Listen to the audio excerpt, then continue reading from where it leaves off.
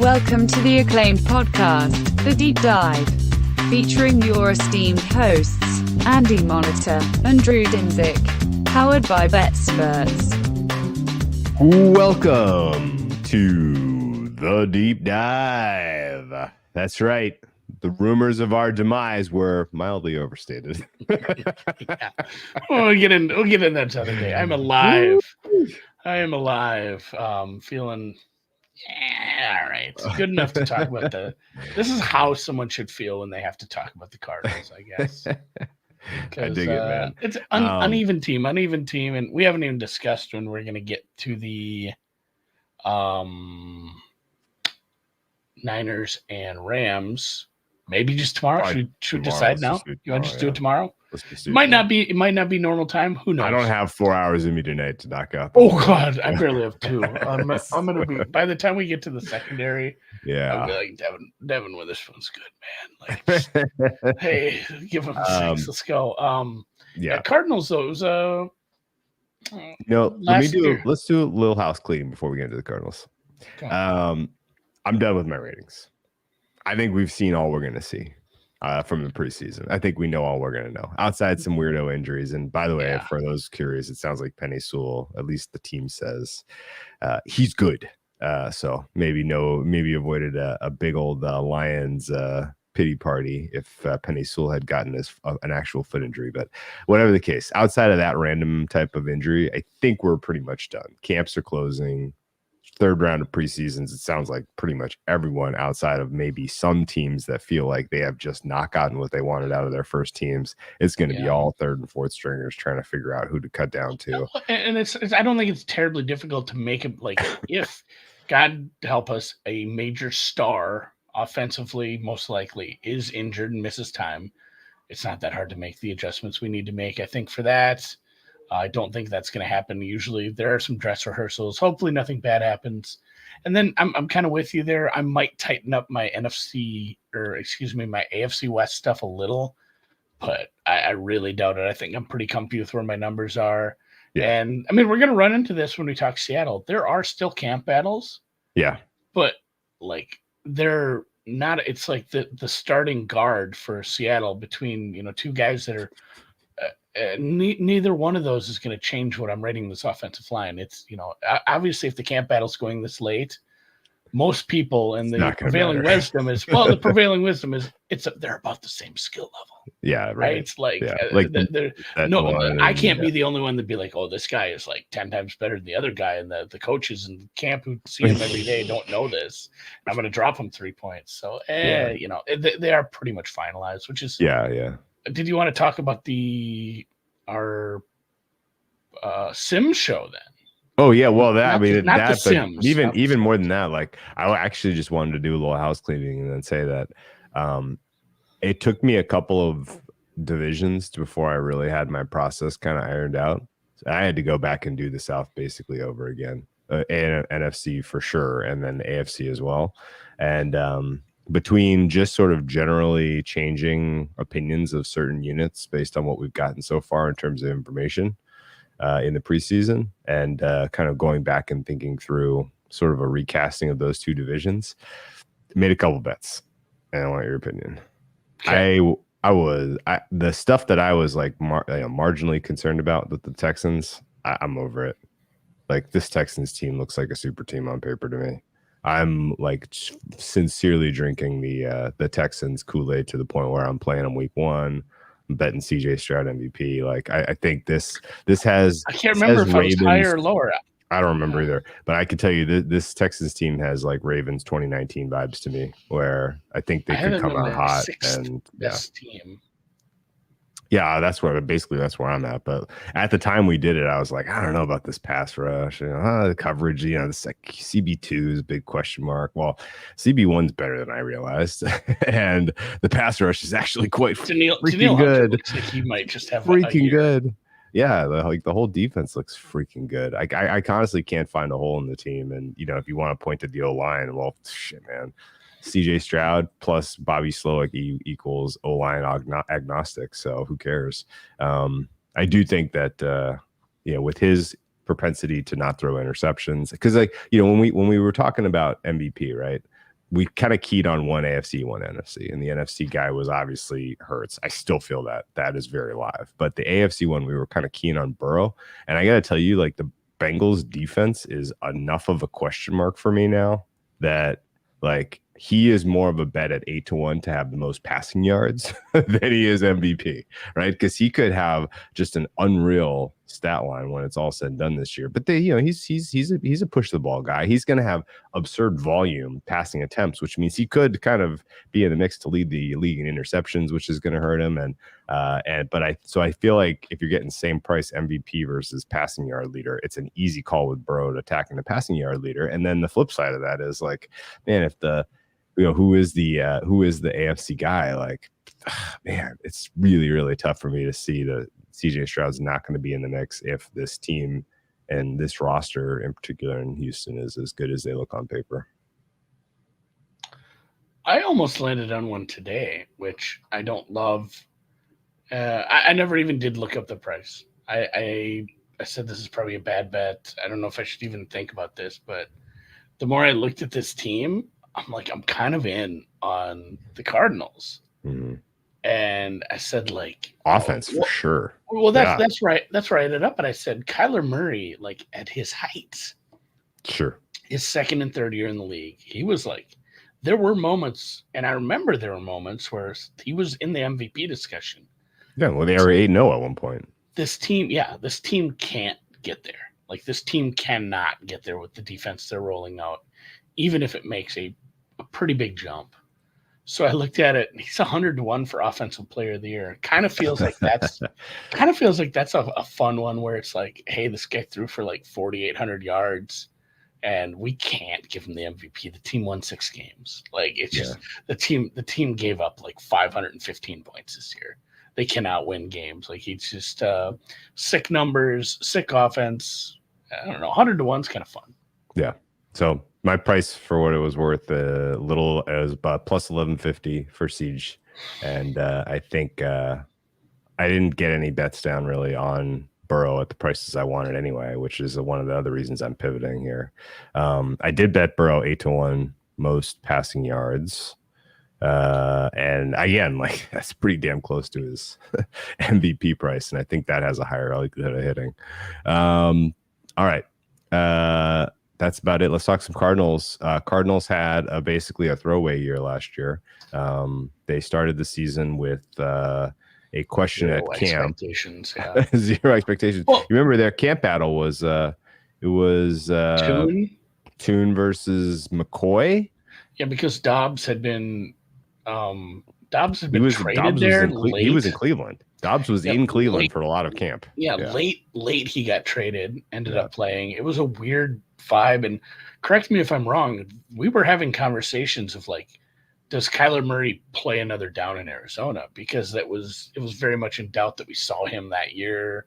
We didn't know if they were just are they punting on him as a career? Are we moving on? Are we gonna try to pull off some big trade with him? Didn't see him till like week 10, I believe, or it was like he played 8 games. So I don't know when their bye was, but he didn't get back into the last 8 games, and it was okay. It was okay for a team that was kind of devoid of a lot of talent around him. It didn't have the greatest offensive line. He had some nice running backs, but it was hopeful, I guess, if you're a Cardinals fan, because it's still a long ways from being a relevant team and a playoff team, but you got the most important piece probably, and he's under contract now. Yeah. Dobbs really didn't show you a ton when he was the quarterback there, but he was serviceable. He got a win versus the Cowboys. They ultimately pulled the trigger and traded him. They traded him to the Vikings, and they started Clayton Tune. Weirdly, I mean, what a decision. We're going at the Browns. Let's throw Tune out there. What's the worst that could happen? Well, it was the worst game we saw of any quarterback of the entire season was the answer. And then Kyler Murray, I believe, came back week 10 and then went on to win 3 games in 3 and 5, I believe, in his stretch. He beat the Falcons, he beat the Steelers, and they beat the Eagles, losing to the Bears, the Niners, the Eagles, the Rams, kind of the on Texans. That downward spiral at that point where they could have lost. They were. But like, here's actually kind of a weird thing about the 3-5 that Kyler Murray brought to the table, Andy. And we'll get to the EPA in just a second. But this was against like the elite of the NFL. Now that we know, right? Like, he played the Texans, the Rams, the Steelers, the Niners, the Bears, the Eagles, the Seahawks, and the Falcons. Now, Falcons and Bears, meh. Seahawks were down. Okay, fine. But yeah, everybody else there made the playoffs. Some of them were playing some of their best football when the Cardinals drew them. So I don't even really look at the way that they performed overall last year down the stretch and kind of draw a ton of conclusions other than positive ones, which was they were much more. There was a lot more fight and a lot more, kind of viability from that offense than I ever expected in year one of the Drew Petzing experience. And I guess just in general, like a little bit of a hat tip to Jonathan Gannon. Like, this team seemed to try hard despite the talent deficiencies that were obvious. And I don't know that is something that you can kind of lean into year in, year out. You need to at some point have results that, to get a team to buy in. But it was a weird, interesting year for the Cardinals. The Cardinals, in Kyler Murray's return to the end of the season, were second only to the Niners in terms of rush EPA per play. They had a very physical run game, and James Connors.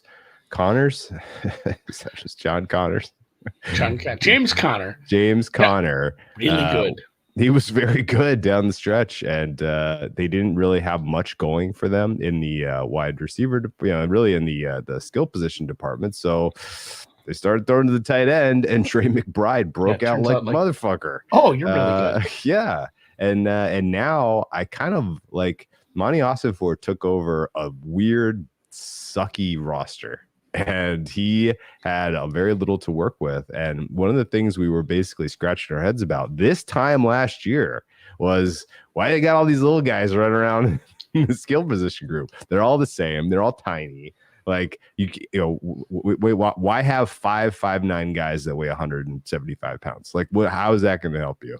And they actually now look like bullies. Like, these guys are like Harrison, 6'2", 215. Wilson, 6'2", 215. I know. Trey McBride, 6'2", 250. Like, I have a hot take if you'll bear with me. Hit me. I don't know if Keim was a very good GM. I will give you that one. You'll give me that. You'll let me have that one. Yeah.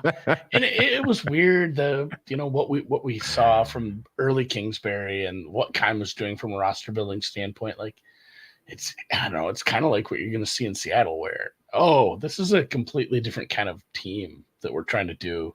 This is going to take a little bit. We're going to have some turnover here. We're going to have a little bit of turnover. And yeah, like you said, now they have like a legit wide receiver one from day one. Possibly, it's sometimes it's tough for some of these rookies to get it done against the ones, and he probably is going to draw the most CB1s, but he looks good. He looks good in camp, all the clips. Obviously, we watched him in college. Like, might just be, hey, I'm super pro ready, and that's all that matters. Yeah. Kyler Murray wasn't great at the end of last year, but he was fine. And the offense overall was top 10 in the 10 weeks they played him. And in the 10 weeks, 8 weeks they played him. And ultimately, like, they leaned into the rush game, which worked. They've now invested more in the offense in terms of skill position players. So, like, I got to tell you, like, this is very clearly looks like an offense on the come up. Defense is a different story. This was the worst defense in the NFL last year by my numbers. I believe they were last or second to last in DVOA. Washington might have been lower, but if you go to RBS, especially good. You can't sort on, running backs don't matter by any defensive metric, and they're always in the bottom five. Like, and I think only one they were out of the bottom two. They were 32 out of 32 in DVOA. Yeah, it was very, very, very, very bad. And again, it was just they didn't hit on some of the draft picks. They had, how many games did Budda Baker play? I think he played most of the season, didn't he? I thought he missed some games. Did he? I know he requested. I know he requested a trade. It's the thing. Like, they didn't have very many good players, and then they had some injuries. Oh, he only played 12. You were right. He only played 12 games. He missed 6 games. 5. Wow. 5 and change. I'm guessing got hurt during the game. So he missed some time, and he was probably their best player. Yeah. Here's, what's funny. If you sort by approximate value for their team last year, their most valuable player was James Conner. Their second most was the center, Froholt. Their third most was an offensive, was a guard, Will Hernandez, then Paris Johnson, then Trey McBride. Then their sixth most valuable player was 8-start Kyler Murray. And then DJ Humphries. So that is basically the entire nucleus that their offense is still built on, were their top 7 players last year. And then they've added talent to that. Their top defensive player was Zaven Collins, and he did not grade very well. So that's kind of that's where you're starting. That's fine. I think you're hoping that you're getting, whatever bump Gannon can give you is he's going to develop some of these young defensive players, which isn't crazy, but he's got a lot of work to do. And I think the way they approach the offseason, continuing to build strength on offense first, and then assuming that we're just going to figure out a way to deal with defense down the road is fine with me. I mean, you weren't going to turn this thing around on the fly without making some trades and trading away some capital. And Austin Ford, for what it's worth, has kind of proven himself to be a guy that is accumulating talent in future drafts. And he got a little unlucky because he made the trade, I thought, of the day on the draft 2 years ago, and ultimately getting Houston's first round pick that turned out to not be as good as we were hoping, or at least he was hoping, I guess. But I mean, it seems like they have good process down there. It seems like things are pointing in the right direction, and I don't know if it's going to be 2024 that they reap any reward from this, but this is an offense that I think if you have a bad defense, you're not really psyched to look at the film. You're not really psyched to prep for your game plan, because they're going to be physical. They're going to be tough to match up with. I don't really see many cornerback rooms across the NFL that have size that can match the size that these guys bring to the table. So they're going to be a problem. No, I was going to say there's multiple players from multiple. This is another one of those like, think of the Georgia players that got drafted from that defense, and what we saw in that game. And again, we harken back to that game and some of those. I'm trying to think of the big game. It wasn't that one. I'm trying to think of the big game. Georgia OSU with Stroud. Yeah. No, I'm looking at that. We mentioned that so much with the Stroud game. I'm trying to think of the big game that we had, out of Marvin Harrison Jr. last year, because it wasn't that one. He had a couple of regular season games that were pretty unfucking believable. Yeah, and it was just if he had torn the roof off against Michigan, I guess that would have been enough to put him in Heisman contention. Yeah, was he hurt for that one? I'm trying to remember who they had left. I think no, he wasn't hurt, but he wasn't very effective. The quarterback for Ohio State sucked last year too. So yeah, that didn't help. He can't throw the ball to himself. But honestly, like I mean, the expectations are pretty high for Harrison. I think the legacy, the legacy, an offensive player. You go top 5 in offensive player. You have his size. You have his skill set. Your pedigree is just off the charts. It's reasonable to expect that he's going to have a trajectory that takes him into the mix for best wide receivers in the first couple of years here. Maybe not this year, but certainly by year 2 and 3, you would expect he's knocking on the door of the top 10. If he does this year, then the ceiling for this, Arizona offense is like top 10, maybe top 5. He did have 2 touchdowns in that Georgia game 2 years ago, 106 yards and 5 catches. Yeah, he was awesome. I'm trying to think of the one I watched. Maybe it was the Rose Bowl the year before. Maybe? Michigan. The Michigan game was good. If they obviously would have won, some of that. I'm trying to think what the score was there. I feel like some of that was maybe in non-competitive time. Wasn't that a bit of a blowout? Yes, it wasn't a very good game. Marvin Harrison Jr. His big games where he made he really showed up last year were. The Penn State game, 11 catches, 162 and a touchdown. He was an elite red zone target for them, but they had a tough time getting him volume last year. The previous year, he also just wrecked Penn State. Quarterback sucked. He was solid in the Georgia game. He was solid in the Rose Bowl the prior year against Utah. He caught 3 touchdown passes. That was his coming out party. And I think overall in his college stint, he had 3 games with 3 touchdown catches, and a total of 9 games with multiple touchdown catches. So freaking sick college resume, but yeah, one of the best wide receiver prospects since probably Jamar Chase.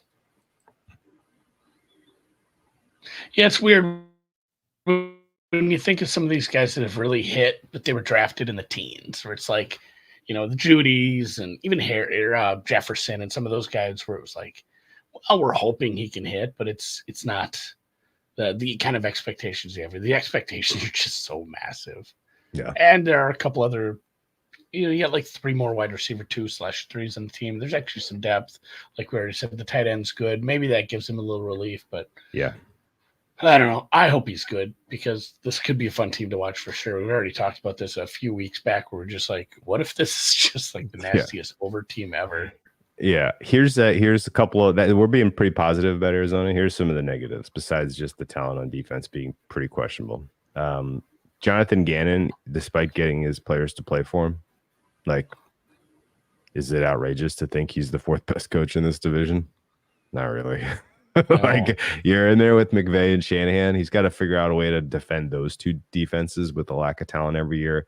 And honestly, like, if this team goes 500, they should be considering that a hugely positive season, despite their deficiencies. But like, winning a game for the Cardinals is scoring 31 or playing perfect keep away in the second half with your running game. Well, let's say Grubb really gets this offense moving up in Seattle, where we get 2022 Geno. You have 3 really good wide receivers, 2 good two good running backs. Tight end is a different story up there. But like, you're gonna go 0-6 in the division because your defense stinks, and you have a defensive-minded head coach. You're going to give up 32 points on average to your divisional opponents if this is if we can't get something figured out on the back end. Yeah. I mean, there's you're going to have to score. The mission is pretty clear for Drew Petzing and company and Kyler Murray company. Go get us 30, boys. That's going to be tough. But let's rate them and see how we come down. Now, before you started this exercise, did you think you were going to have a top half of the league grade on the Cardinals before you started this? I did not. Overall, I knew I would have a top half of the league offense. Okay. But just that's what I meant. I meant offense. Yeah. Sure. You knew you were going to have a top half of the league offense. I knew it'd be close, but I was pretty confident it would be somewhere between 10 and 15. Okay. So where are you at for QBOC? 6. 6. I went back and forth between 6 and 5.5 here. I ultimately landed 5.5 because there are some deficiencies in Kyler Murray's game, surely, but and he is his best when he is leaning into the run, but that makes him a bit of an injury risk, as obviously it happened. How did you land on 6? Like I said, we saw the highs of a couple of years ago. We saw some highs during the comeback, and it was still coming off a couple major injuries. So honestly, a lot of it was just comparing it to all the other quarterback stats and kind of forecasting somewhere in between, his medium play last year and as high as he could go 2 years ago. Mm-hmm. And again, I don't know a ton about Petzing. It's hard to judge the OC. Yeah, I was just going to ask you that. It's really hard to give him a good grade. Like, he has said some good things about how he's going to use these pass catchers, but at the same time, I got to see it first. So I thought 6 was fine. Okay. Do you have a read on the DNA of Petzing's offense, motion, and kind of some of the advanced concepts that are succeeding around the league right now? Because I didn't see a lot of that, but I also didn't watch a lot of Cardinals. Surprise. Yeah, and again, it was so hard. Like, are you going to take Clayton Tune game plans? And I know you got to go out there and do the best you have with what you have, but I can't imagine sitting down as like the highest level of offensive mind and like, all right, I got to put together a Clayton Tune game plan today, and it's against a good team. Like, it's against the Browns. He comes from the Brown. Well, and he comes from the Browns tree. So I mean, we're happy with. I mean, obviously, people are happy. People are getting hired from that tree repeatedly. Okay. What I think he knew what he had. I will give him a little respect for that. We talked about it earlier. I mean, you brought it up multiple times. Hey, Connor's good. We should lean into that. Sure.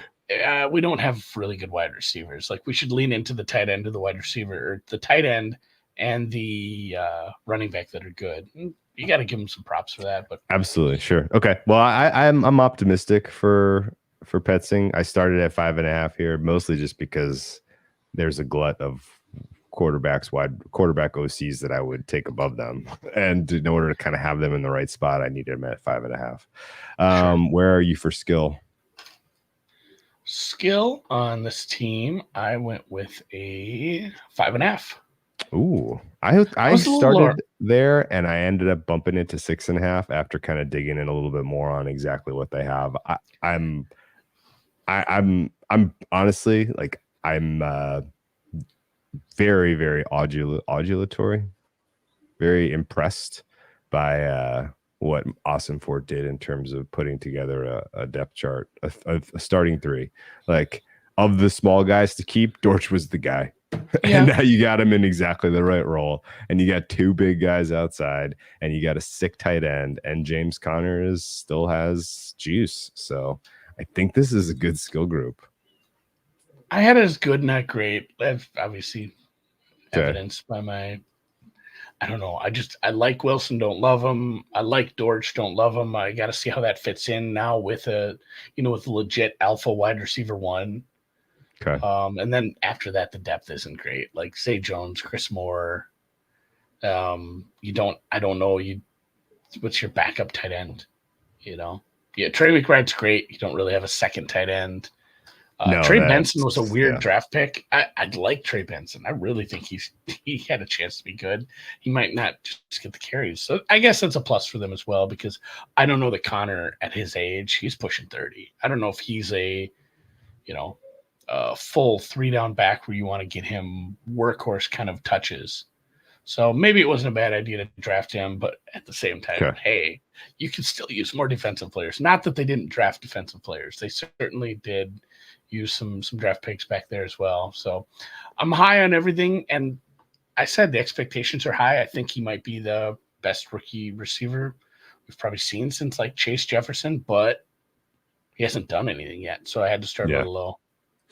Connor's heaviest workload he's ever gotten was 215 carries in a season. Like, he's, for whatever reason, he is a fragile-ish guy. That flagged me, and I almost wanted to dock him a bit. He has 13 starts in that Pittsburgh year where he had his kind of peak, 10 the next year, 13 the next year, 15, 13. So, he definitely kind of has a difficulty handling more than about 200. I'm gonna go up to a 6 because I like the depth there. Okay. Yeah, you got depth at running back. The tight end, your number one running back, number one tight end, number one receiver should all be good. So I'll bump it up to a 6. Okay. So where are you on O-line? This one's really, really tough. 3. Really? You're not really impressed by this group, huh? No. Paris Johnson moving across the line. He did play 1 year of LT in college. He wasn't good. Jonah Hill's a nice acquisition, but you have no continuity at the tackle spots. You're moving a guy who we didn't see, a great first season out of him. You're bringing someone else in. I like Jonah Wilson. I like your center, but and Hernandez. Shit, I'm a little low on this one too.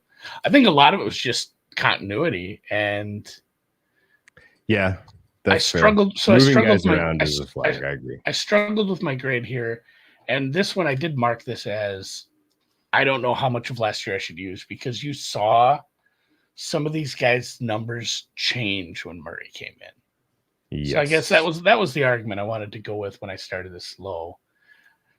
We'll see what it looks like with the new configuration, especially at tackles, with Jonah on one side and Paris Johnson Jr. on the other, now switching sides. Froholt, good pass protector at center. Will Hernandez, good both phases. Evan Brown, free agent acquisition. He was a free agent for a reason from Seattle. It was a good enough run blocking unit, but lack of continuity at the tackles makes me a little leery here. And then at the same time, like I said, what do we talk about when we talk about pressures and realized pressures and pressure rates? Some of that shit is a quarterback stat. And some of those stats did improve when Murray came back. Okay, so the pass block win rate for the Cardinals, I was at 4.5. And part of my reason is that their run block win rate was so good last year. This was I like that anchor. That's how they got to the top 2 during Kyler Murray's stint. Was their run blocking was awesome, and most of those guys are back in their same roles.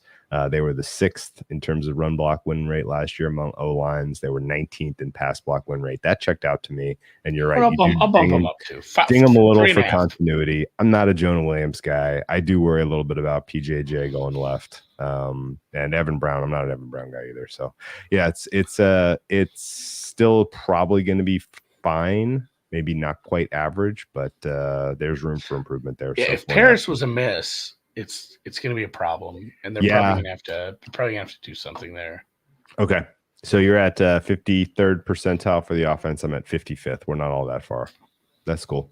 Where are you for this? This is going to get gross. I know. Let's talk about defense here. What is the plan? Like, what is the strength you're leaning into defensively? What is the anything here? This is a lot of guys that I'm like, okay. I had an okay grade on Justin Jones, who you brought in from Chicago. Zayvon Collins, as I mentioned, was your you have him as a minus. Oh, he's like an okay run stopper at times, but okay. Like Bilal Nichols, 2 stops where he wasn't great. Yeah. He's another acquisition. So like even the acquisitions they made, I don't know if it's changing the style of defense and these are the guys we need, but it's like Mac Wilson, Buda Baker, and BJ Ojulari, who is out for the year with a torn ACL. Dennis Gardick. That ain't good. I mean, he was like a special teams guy that got some reps. He actually had a little bit of an influence in the pass rush, but I think it was just somebody had to. Yeah. So what's your run stop number here? 2. Oh, really? Yeah, I think these guys are bad. I don't know. I don't know. I moved mine from a 2 to a 2.5 earlier because I'm like, you know what? Even though the front 4, front 7 in general aren't great, like Bunting and Buda Baker have been good when they've played up in the box at run stop. And then, I did Mac Wilson, Zayvon Collins. I did see some good run stop numbers from, these aren't the guys that you want having good run stop numbers. You want Roy Lopez. You want, Nichols, Jones. You want the middle and the strength of the front line to be good at it. They aren't. So I don't have great run stop numbers on a lot of the people who are your front line. Yeah. It gets a little better as you go back, but that's, antithetical to how you should stop the run. That's turning a success. That's stopping a successful run from becoming a home run. It's not giving you a good run defense. What's your pass rush? So you said 2.5. Yeah. Okay. What's your pass rush number? 2. Yeah, me too. This is trouble, man. This unit. I don't know how you're generating pressure. Now, like there was rumors when they took Paris Johnson Jr. that they were in the Tyree Wilson mix, and it sounds like he's on the outs in Vegas. So maybe they make a move, bring him over, and he has some sort of reclamation. But honestly, I'm assuming they're going to try to pick apart or pick across the waiver wire to find anything here, right? I mean, this can't be the plan. No, you need to get a lot. You need to get a lot out of the rookie, Darius Robinson. Who I think you can move him around a little. He can pop in a few different spots, but he's not a guy who's going to be playing 3 downs either. So, and you got a rotational front line here, and a lot of the pieces aren't good. I have Roy Lopez good, but again, rotational. And good / okay as a rotational DL piece. Yeah. I have Nichols not good as a pass rusher. I'll I have be honest Justin with you. Jones. I almost went as a pass rusher. I almost went 1.5 because I have Washington at 2.5, and Washington at least has interior pressure with Payne and Allen. I don't know what you're getting with this. I don't know how you're generating any pressure with this group at all. It's like 2 bordering 1.5, I think. Kaiser White. I wrote struggles at everything and gets hurt. That's not good. They need to get something out of Zavin Collins and Darius Robinson. Like, okay. If you're an outside backer, congrats on your good run stop numbers, but you're gonna have to get some pressures this year too. Yeah. Okay.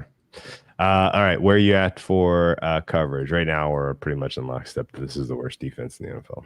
It is. I mean, it's gonna be hard. I went all the way up to a 3 for coverage. I did too. Look at us. Buda Baker is I live. was a little impressed. Good. Like, here's my notes: Sean Murphy bunting. Your outsides are Sean Murphy bunting mid, very Max mid. Milton rookie. Yeah. Buda Baker, good strong safety, but yeah, he's going to be playing up in the box an awful lot.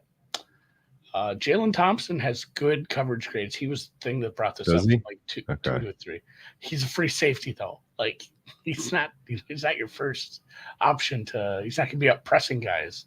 He's a free safety. So and then Garrett Williams. It's not a good room. Like I said, Buda Baker's missed time. He doesn't even want to be here apparently. I don't know. I think that relationship's a little better, but he requested a trade. Yeah. Okay, so you're a 25th percentile defense. I'm going to guess that's the lowest we've done so far. Yeah, I know. I did a little comparing, and like, who else did I have rated really bad? I'm at 23rd percentile, so I'm in the same boat as you. Where are you for special teamos? Special teams is a 5. 5. Was it Prater? Prater's good enough. He actually hit 9 of 12 from 40 plus. Good punter, mat coverage. Greg Dortch, punter returner. I don't know how much I love that. You have DJ Dallas. You got him from Seattle. I'd use him a little. Maybe punts. There's a bunch of guys who can return punts. The coverage is meh. Everything's meh. So it's a 5. Okay. Coaching and intangibles, I went with a 4. 4. Okay. I don't mind Gannon, but I haven't seen it. It's like everyone was. He comes like, from. Oh, he really got him up and going. I'm like, like once they got going, it was because they had a former MVP candidate come back at quarterback. Well, yeah, but before that, they were playing with Spunk. He got a hard-fought cover against Baltimore, if you remember. That was unfortunate, but he did. I think a lot of teams just overlooked him, especially early, and I don't think you get that benefit this year either. Okay, all right. So I'm at a 20. I'm at a 40. I'm at a 6 for intangibles because I do think he did some of the small things that I like to see a coach do, and he did get those guys playing for him. So I'm going to give him a little bit of the benefit of the doubt there. I am at 48th percentile. You're at 46th percentile. That makes me a -1.5 power number for the Cardinals, and you are at a what? Where are we at? -2 or -2.5? 2.5. -2.5. Yep. Okay. All right. Well, that's not bad. There's lots of worse teams. I would favor them over Pittsburgh. I would favor them over Chicago, interestingly. And then they have a really good win total. Like their win total is Tennessee and Carolina. Probably right on. Yeah, I think so too. Schedule's not tough. Great from the It's start. tough. This is tough. Even your home games. I mean, Washington is a team you can beat, but you've also gotten 3 weeks of the rookie to get his feet under him a little. If he turns out to be good, that's going to be what's that total? What if Washington's 51? I mean, it's got to be low 50s. Just I think those are the worst. I think those are my 2 power rated worst defenses. Right? Yeah. I'm pretty sure that is my worst 2 defenses going head to head. At Buffalo, not a great way to start when your defense stinks. Versus the Rams, I guess you got to play them. They're in your division, but Rams, Detroit, Buffalo, 3, quarterbacks, elite quarterbacks coming to town. Yeah, 3 really good quarterbacks thrown at you, and then you get the rookie, and then right back into the fire with the San Francisco 49ers on the road, and then second straight road game at Green Bay. That sucks. And we know the Chargers, we'll get into them next week, but we know they might not have a bunch of wide receivers to go with it. But fuck, that's a tough quarterback to play too. Might not matter if the wide receivers aren't that good against the secondary of this pass rush. Like it's Herbert, it's Tua, It's whatever the Bears turn out to be at that point. It's whatever the Jets turn out to be at that point, and then a bye. It's it could be similar to last year where it's like, hey, this team might get close to their win total, but it's going to be a sweat. They're going into the bye with 1 or 2 wins. Yeah. This is going to be a sweat if you're betting over on Cardinals. I don't like it. I do think they can cover some of these big numbers. Just for the record, I already bet them week 1 at Buffalo. I think the Milano injury for Buffalo is not being correctly incorporated into the market, as well as their safeties. The safeties in line. The spine of the Bills is fucked again, amazingly. And yeah, I think certainly the fact that you could even play a little bit of keep away in that game, I wouldn't be shocked. So I played Cardinals plus the points week 1.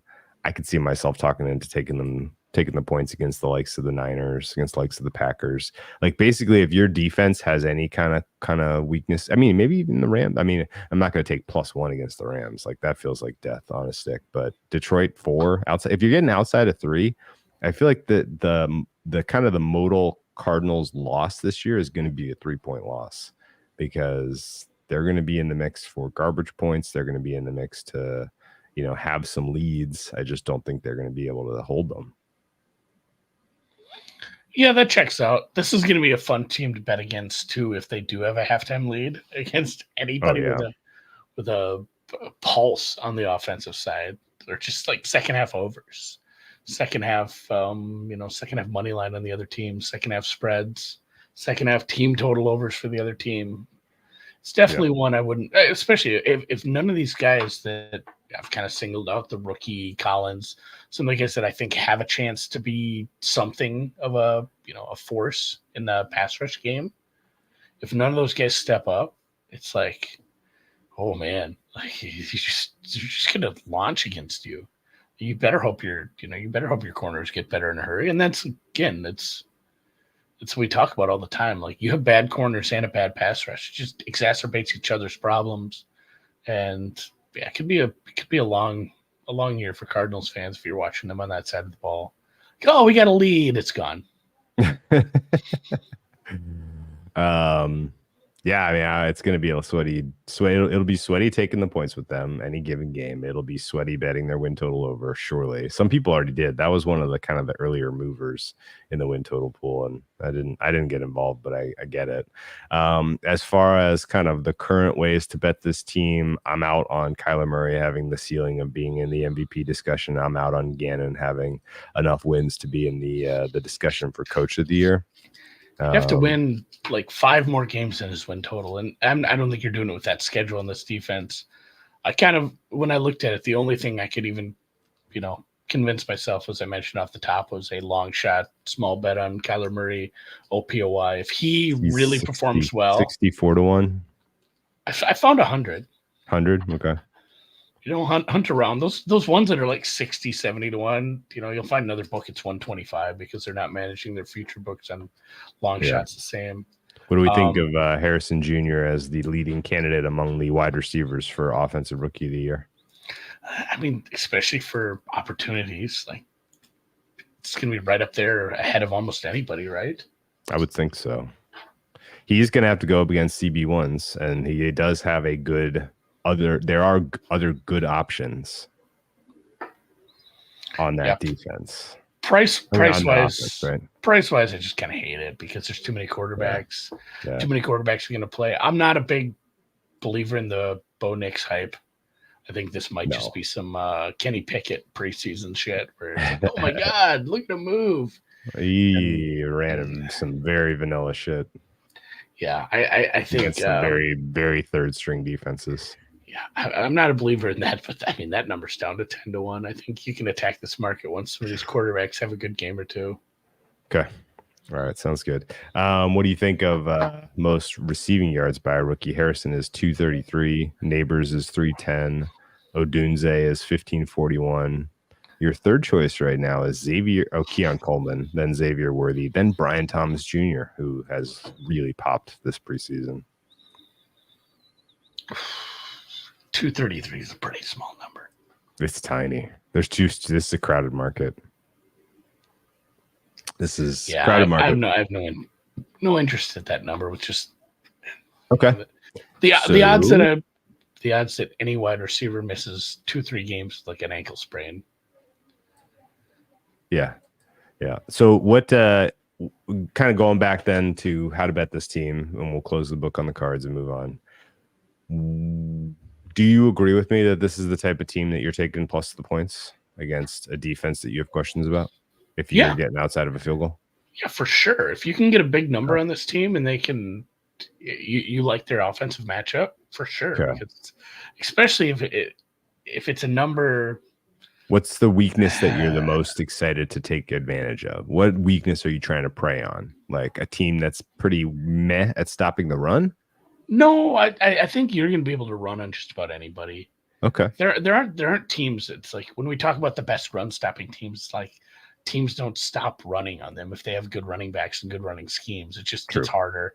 But like teams that can't cover the middle of the field, if we're gonna have Harrison Jr. and a really good tight end running around, just gonna eat first downs. Like you're just gonna continue drives forever and ever and end up scoring on more than you don't. So bad coverage linebackers, teams that are really, really top heavy in the coverage unit. Like, hey, you have a CB1 and then everybody else sucks. Okay. And especially if you can move your guy around and have them. So everyone's like, oh, he tails people now. He's a cornerback that goes with the wide receiver one. That's not always great. That's a pain in the ass sometimes because you have to realign your defense to get guys moving around, especially if they're not making substitutions. You can't bring in a nickel, another corner for certain looks. You might have to keep him where he's at. So teams with bad coverage units are probably super susceptible to get backdoored. I'm not saying they're going to beat this team, but man, if it's like a +6, you don't have to win the game to cover that all that often. Right. You don't even have to. I mean, those backdoor touchdowns that are just meaningless, they just let in. Can you give me a preference between taking 7 points week 1 or playing over 48? That sounds like a teaser, baby. That sounds like I already did both, so I was trick question. But I think I like the over more. Over 48. Yeah. Over 48 is better. Okay, because the potential for the Bills to score 30 is real. Yeah, this could be a 30 to 20 kind of game, 30 to 21. Even with just like them still trying to figure out the wide receiver room. Just what a soft start for them. I know. Perfect opportunity for them to get their shit together offensively. Bad opportunity for them defensively, I think. All right, let's move on to Seattle then, unless you have any final thoughts. I don't. All right. It's the Cardinals. The rebuild continues, guys. We'll be there one of these days. So appreciate you guys. If you watched on the YouTube, hit the thumbs up. We'll catch you on the other stream in 60 seconds tops. See you guys.